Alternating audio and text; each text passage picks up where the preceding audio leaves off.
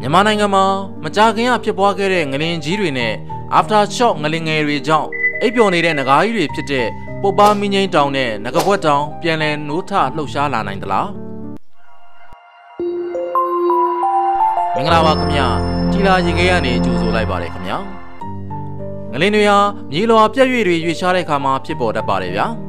ငလင်လှုပ်တဲ့အခါမှာဒါမှမဟုတ်တစ်ခုနဲ့တစ်ခုပုတ်တိုက်တဲ့အခါမှာမီးတောင်တွင်းမှာဖိအားတွေဖြစ်ပေါ်ပြီးမက်ကမာတွေမြေပြင်ပေါ်ကိုတက်လာနိုင်ပါတယ်ခင်ဗျာ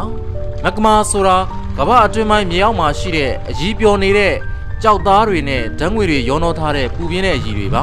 ချော်ရီဆိုတာကတော့မက်ကမာတွေမြေပြင်ပေါ်ကိုတက်လာပြီးတော့မီးတောင်ပေါက်ကွဲတဲ့အခါမှာမြေမျက်နှာပြင်ပေါ်ကိုစီးဆင်းတဲ့အကြီးတွေကိုခေါ်တာပါခင်ဗျာမက်ကမာမှာမြေအောက်ဖိအားကြောင့်ပျော်ဝင်နေတဲ့ဓာတ်ငွေများပါဝင်ပြီးတော့ချော်ရီမှာတော့ဓာတ်ငွေအများစုလွတ်ထွက်သွားပါတယ်ဗျမက်ကမာမြေအောက်ဖိအားကြောင့်အပူချိန်ပုံမြင့်မားလေးရှိပြီးတော့ချော်ရီကတော့မြေမျက်နှာပြင်ပေါ်ရောက်လာတဲ့အခါမှာအပူချိန်နဲ့ငယ်ရော့ကျသွားပါတယ်ခင်ဗျာ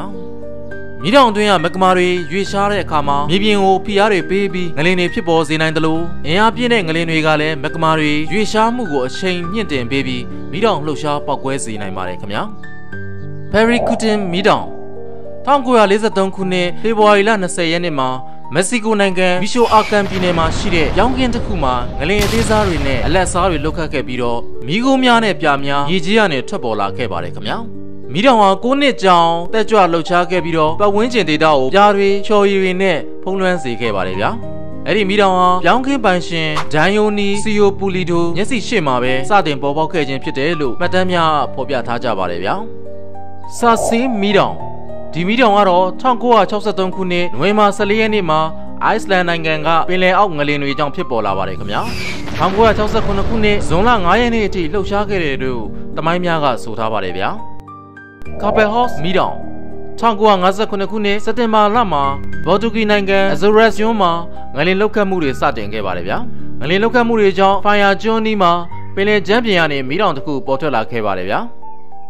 ကာပယ်ဟော့စ်မီးတောင်ဟာ73လကြောင်တက်ကြွလှုပ်ရှားနေခဲ့ပါတယ်ဗျာမီးတောင်ပေါက်ကွဲမှုကြောင့်ကျွန်းရဲ့နောက်ဘက်ကမ်းရိုးတန်းဟာ 1.5 ကီလိုမီတာအထိကျယ်ပြန့်သွားပါတယ်ဗျာ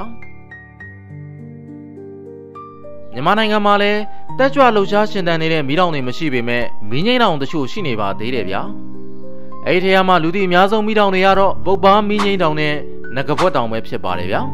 ပုပ္ပါမီးငိမ့်တောင်ဟာမန္တလေးတိုင်းဒေသကြီးကြောက်ပတောင်းမြို့နယ်မှာတည်ရှိပါတယ်ဗျာမြန်မာနိုင်ငံကလည်းပြည့်ရွေကြောများအများပြားရှိတဲ့နိုင်ငံတစ်ခုဖြစ်ပြီးတော့စကိုင်းပြည့်ရွေကြောဟာအဓိကပြည့်ရွေကြောတစ်ခုဖြစ်နေပါတယ်ဗျာပုပ္ပါတောင်ကလည်းအဲ့ဒီပြည့်ရွေကြောများနဲ့နီးကပ်စွာတည်ရှိနေပါတယ်ဗျာပုပ္ပါတောင်ဟာမီးငိမ့်တောင်လို့ဆိုပေမဲ့မြေအောက်မှာမက်ကမာများလုံးဝမရှိတော့ဘူးလို့အတိအကျပြောလို့မရပါဘူးခင်ဗျာပုပ္ပါတောင်ဟာမီးငိမ့်တောင်ဖြစ်ပေမဲ့အင်အားပြင်းတဲ့ငလင်လှုပ်ခတ်မှုတွေကြောင့်မြေအောက်မှာရှိတဲ့မက်ကမာများရွေရှားလာနိုင်ပြီးတော့မီးတောင်ပြန်လည်သက်ဝင်နိုင်တဲ့ဖြစ်နိုင်ခြေရှိနေပါသေးတယ်ဗျာဒါပေမဲ့ဘူမိဗေဒပညာရှင်များရဲ့လေ့လာတွေ့ရှိချက်များအရပုပ္ပါတောင်ဟာပြန်လည်သက်ဝင်လှုပ်ရှားဖို့အလားအလာအလွန်နည်းပါတယ်လို့သိရပါတယ်ဗျာနဂါးဘွက်တောင်ကတော့မကွေးတိုင်းဒေသကြီးမင်းဘူးမြို့နယ်မှာတည်ရှိပြီးတော့မီးတောင်ငယ်တွေစုဝေးတည်ရှိတဲ့နေရာတစ်ခုဖြစ်ပါတယ်ဗျာနဂါးဘွက်တောင်ကလည်းမြန်မာနိုင်ငံရဲ့ပြည့်ရွေကြောတွေနဲ့နီးကပ်စွာတည်ရှိနေပါတယ်ဗျာဒါပေမဲ့နဂါးဘွက်တောင်ဟာမီးတောင်အကြီးစားမဟုတ်တာကြောင့်မို့လို့ချက်ချင်းမီးတောင်ဖြစ်ပြောင်းလဲဖို့ခက်ခဲပါလိမ့်မယ်ဗျာဖြစ်နိုင်ခြေတွေကတော့အင်အားပြင်းတဲ့ငလင်လှုပ်ခတ်မှုတွေကြောင့်နဂါးဘွက်တောင်အောက်ခြေကမြေအောက်ဖွဲ့စည်းပုံတွေပြောင်းလဲသွားပြီးဓာတ်ငွေထွက်ရှိမှုတွေပိုများလာနိုင်ပါတယ်ဗျာတကယ်လို့နဂါးဘွက်တောင်အောက်မှာမက်ကမာတွေရှိနေတဲ့ဆိုရင်ဖြင့်ငလင်လှုပ်ခတ်မှုတွေကြောင့်မက်ကမာတွေရွေရှားပြီးတော့မီးတောင်ငယ်တွေပေါက်ကွဲနိုင်တဲ့လားလာရှိပါတယ်ဗျာအနည်းချုပ်ဆိုရမယ်ဆိုရင်နဂါးဘွက်တောင်လက်ရှိချိန်မှာမီးတောင်ကြီးအဖြစ်သတ်မှတ်ထားခြင်းမရှိပါဘူးဗျာငလင်လှုပ်ခတ်မှုတွေကြောင့်နဂါးဘွက်တောင်မှာမီးတောင်ဖြစ်နိုင်ခြေဟာအလွန်နည်းပါးပေမဲ့လုံးဝမဖြစ်နိုင်ဘူးလို့တော့ပြောလို့မရပါဘူးခင်ဗျာမိတ်ဆွေတို့အနေနဲ့မီးတောင်တွေနဲ့ပတ်သက်ပြီးတော့ထင်မြင်ယူဆချက်များရှိမယ်ဆိုရင်ကွန်မန့်မှာဆွေးနွေးပေးဖို့ဖိတ်ခေါ်ပါတယ်ခင်ဗျာနောက်ဗီဒီယိုတွေမှာဒီထက်စိတ်ဝင်စားစရာကောင်းတဲ့အချက်အလက်တွေနဲ့ပြန်လည်ဆုံတွေ့ကြပါမယ်ခင်ဗျာ